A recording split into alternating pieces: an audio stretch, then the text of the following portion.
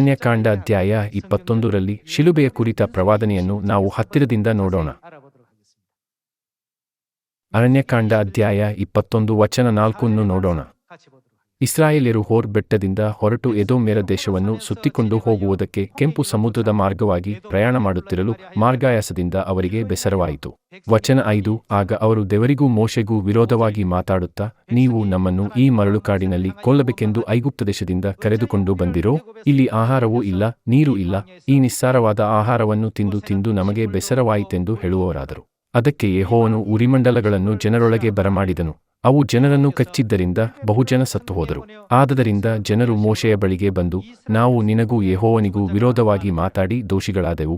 ಈ ಸರ್ಪಗಳು ನಮ್ಮ ಬಳಿಯಿಂದ ತೊಲಗಿ ಹೋಗುವಂತೆ ನೀನು ಯೆಹೋವನಿಗೆ ಪ್ರಾರ್ಥನೆ ಮಾಡಬೇಕೆಂದು ಬೇಡಿಕೊಂಡರು.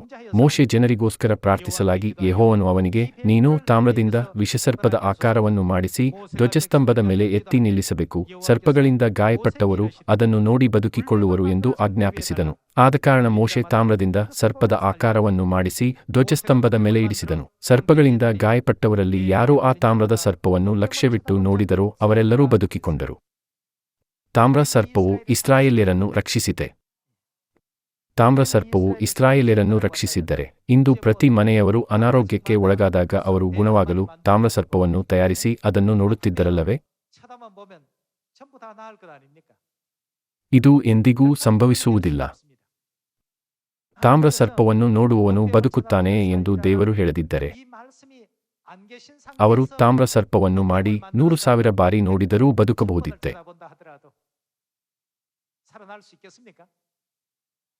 ವಿಷ ಸರ್ಪಗಳಿಂದ ಕಚ್ಚಿಸಿಕೊಂಡ ಇಸ್ರಾಯೇಲ್ಯರನ್ನು ಗುಣಪಡಿಸಿದ ಶಕ್ತಿಯ ಮೂಲ ಯಾವುದು?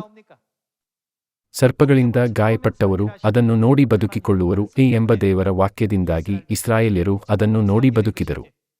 ದೇವರು ಅಂತಹ ಯಾವುದೇ ವಾಕ್ಯವನ್ನು ಹೇಳದಿದ್ದರೆ ಅವರು ತಾಮ್ರ ಸರ್ಪವನ್ನು 1000 ಬಾರಿ ನೋಡುವುದು ಅರ್ಥಹೀನ ಮತ್ತು ನಿಷ್ಪ್ರಯೋಜಕವಾಗಿದೆ. ಆದಾಗ್ಯೂ ಮನುಷ್ಯರು ತುಂಬಾ ಮೂರ್ಖರಾಗಿರುವುದರಿಂದ ಅವರಿಗೆ ದೇವರ ಅದೃಶ್ಯ ಶಕ್ತಿಯ ಬಗ್ಗೆ ತಿಳಿದಿಲ್ಲ.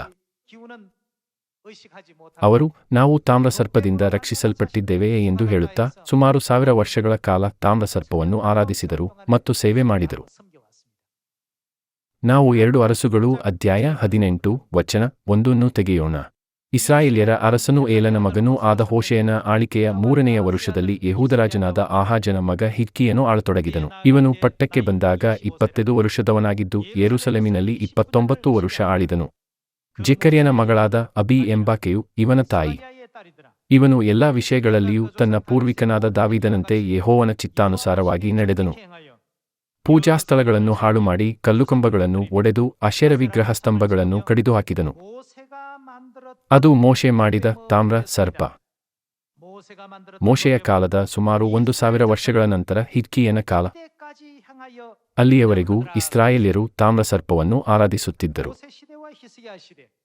ಹಾಗಾಗಿ ಹಿಜ್ಕೀಯನು ಏನು ಮಾಡಿದನು? ಮೋಶೆಯು ಮಾಡಿಸಿದ ತಾಮ್ರ ಸರ್ಪವನ್ನು ಚೂರು ಚೂರು ಮಾಡಿದನು. ಇಸ್ರಾಯೇಲ್ಯರು ಅದಕ್ಕೆ ಆವರೆಗೂ ಧೂಪ ಸುಡುತ್ತಿದ್ದರು. ಅದಕ್ಕೆ ನೆಹುಷ್ಟಾನ್ ಎಂಬ ಹೆಸರಿತ್ತು. ವಚನ 5 ಇವನು ಇಸ್ರಾಯೇಲ್ ದೇವರಾದ ಯೆಹೋವನಲ್ಲಿ ಭರವಸವಿಟ್ಟಿದ್ದನು. ಯೆಹೂದ್ಯರಲ್ಲಿ ಇವನಿಗೆ ಸಮಾನನಾದ ಅರಸನು ಮುಂಚೆಯೂ ತರುವಾಯವೂ ಇರಲಿಲ್ಲ. ಇದಲ್ಲದೆ ಇವನು ಯೆಹೋವನನ್ನೇ ಹೊಂದಿಕೊಂಡು ಆತನನ್ನು ಬಿಡದೆ ಹಿಂಬಾಲಿಸಿ ಆತನು ಮೋಶೆಯ ಮುಖಾಂತರವಾಗಿ ಅನುಗ್ರಹಿಸಿದ ಆಜ್ಞೆಯನ್ನು ಕೆಕೊಂಡನು. ಯೆಹೋವನು ಇವನ ಸಂಗಡ ಇದ್ದದರಿಂದ ಎಲ್ಲಿಗೆ ಹೋದರೂ ಕೃತಾರ್ಥನಾಗಿ ಬರುತ್ತಿದ್ದನು. ಅವನು ತಾಮ್ರ ಸರ್ಪದ ನೆಹುಷ್ಟಾನ್ ಅನ್ನು ತೆಗೆದುಹಾಕಿದ್ದು ಒಳ್ಳೆಯ ವಿಷಯವಲ್ಲವೇ? ಹೊಸ ಒಡಂಬಡಿಕೆಯಲ್ಲಿ ಯೇಸು ಅದನ್ನು ಶಿಲುಬೆಯ ವಿಷಯಕ್ಕೆ ಸಂಬಂಧಿಸಿದರು.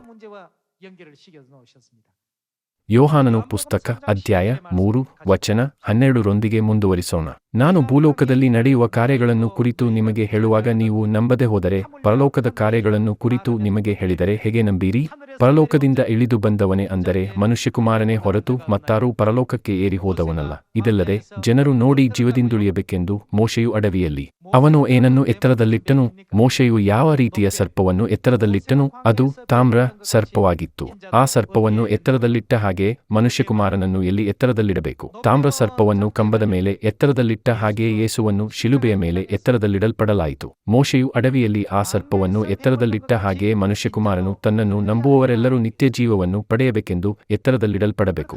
ಯೇಸು 2000 ವರ್ಷಗಳ ಹಿಂದೆ ಈ ಭೂಮಿಗೆ ಬಂದು ಶಿಲುಬೆಗೇರಿಸಲ್ಪಟ್ಟರು. ನಮ್ಮ ಪಾಪಗಳನ್ನು ನಿವಾರಣೆ ಮಾಡುವ ಶಕ್ತಿ ಶಿಲುಬೆಗೆ ಇದೆಯೇ? ಯಾವುದು ನಮಗೆ ನಮ್ಮ ಪಾಪಗಳಿಂದ ವಿಮೋಚಿಸಿ ಪ್ರಾಯಶ್ಚಿತ್ತ ಅನುಗ್ರಹವನ್ನು ನೀಡಿತು? ಇದು ಯೇಸು ಕ್ರಿಸ್ತನ ಅಮೂಲ್ಯ ರಕ್ತವಲ್ಲವೇ? ಶಿಲುಬೆಯನ್ನು ಹೊರತುಪಡಿಸಿ ಬೇರೆ ಯಾವುದೇ ವಿಧಾನದಿಂದ ರಕ್ತವನ್ನು ಸುರಿಸಿದರೂ ಸಹ ಅವರ ರಕ್ತವು ಅಮೂಲ್ಯವಾಗಿದೆ. ನಮ್ಮ ಪಾಪಗಳ ಕ್ಷಮೆಗೆ ಶಿಲುಬೆಯ ಅಗತ್ಯವಿಲ್ಲ. ಇಸ್ರಾಯೇಲ್ಯರು, ನೀವು ಅದನ್ನು ನೋಡಿದಾಗ ನೀವು ಬದುಕುತ್ತೀರಿ ಎಂಬ ದೇವರ ವಾಕ್ಯವನ್ನು ತಿರಸ್ಕರಿಸಿದರು. ಅವರು ಸುಮಾರು 1000 ವರ್ಷಗಳ ಕಾಲ ಕೇವಲ ಸಾಧನವಾಗಿದ್ದ ತಾಮ್ರಸರ್ಪವನ್ನು ಆರಾಧಿಸಿ ಸೇವೆ ಮಾಡಿದರು. ಯೇಸು ಕ್ರಿಸ್ತನ ಅಮೂಲ್ಯ ರಕ್ತದ ಹೊರ ತೋರಿಕೆಯಲ್ಲಿ ಇಂದು ಲೋಕದಲ್ಲಿರುವ ಧಾರ್ಮಿಕ ಜನರು ಏನನ್ನು ಆರಾಧಿಸುತ್ತಿದ್ದಾರೆ? ಅವರು ಶಿಲುಬೆಯನ್ನು ಮಣಿಸರವಾಗಿ ಧರಿಸುತ್ತಾರೆ, ಅದನ್ನು ಸಭೆಯ ಮೇಲ್ಭಾಗದ ತುದಿಯಲ್ಲಿಡುತ್ತಾರೆ ಮತ್ತು ಮುಖ್ಯ ಪ್ರಸಂಗ ವೇದಿಕೆ ಮತ್ತು ಗೋಡೆಯ ಮೇಲೆ ಕೆತ್ತುತ್ತಾರೆ. ಈ ರೀತಿ ಅವರು ಶಿಲುಬೆಯನ್ನು ಆರಾಧಿಸುತ್ತಿದ್ದಾರೆ. ಅರಸ ಹಿಜ್ಕೀಯನ ಕಾಲದಲ್ಲಿ ಹಿಜ್ಕೀಯನು ಪಸ್ಕ ಹಬ್ಬವನ್ನು ಆಚರಿಸಿದಾಗ ಅವನು ತಾಮ್ರಸರ್ಪವನ್ನು ಚೂರು ಮಾಡಿದನು. ಅವನು ದೇವರಿಂದ ದೊಡ್ಡ ಪ್ರಶಂಸೆಯನ್ನು ಸ್ವೀಕರಿಸಿದನು. ಹಳೆಯ ಒಡಂಬಡಿಕೆಯ ಎಲ್ಲಾ ಕಾರ್ಯಗಳು ನೆರಳಾಗಿದೆ. ಹೊಸ ಒಡಂಬಡಿಕೆಯಲ್ಲಿ ನಡೆಯುವ ಘಟನೆಗಳು ಸತ್ಯತ್ವವಾಗಿದೆ. ತಾಮ್ರಸರ್ಪವನ್ನು ಆರಾಧಿಸುವವರಿಗೂ ಶಿಲುಬೆಯನ್ನು ಆರಾಧಿಸುವವರಿಗೂ ಒಂದೇ ರೀತಿಯ ಪರಸ್ಪರ ಸಂಬಂಧವಿದೆ. ಈ ಕಾರಣದಿಂದಲೇ ತಾಮ್ರಸರ್ಪದ ಘಟನೆಯ ಮೂಲಕ ದೇವರು ನಮ್ಮನ್ನು ಎಚ್ಚರಗೊಳಿಸುತ್ತಾರೆ. ಅರಸ ಹಿಜ್ಕೀಯನು ತಾಮ್ರಸರ್ಪವನ್ನು ಚೂರು ಮಾಡಿದಂತೆ ಶಿಲುಬೆಯು ಒಡೆದು ಹಾಕಬೇಕಾದ ವಿಗ್ರಹವಾಗಿದೆ.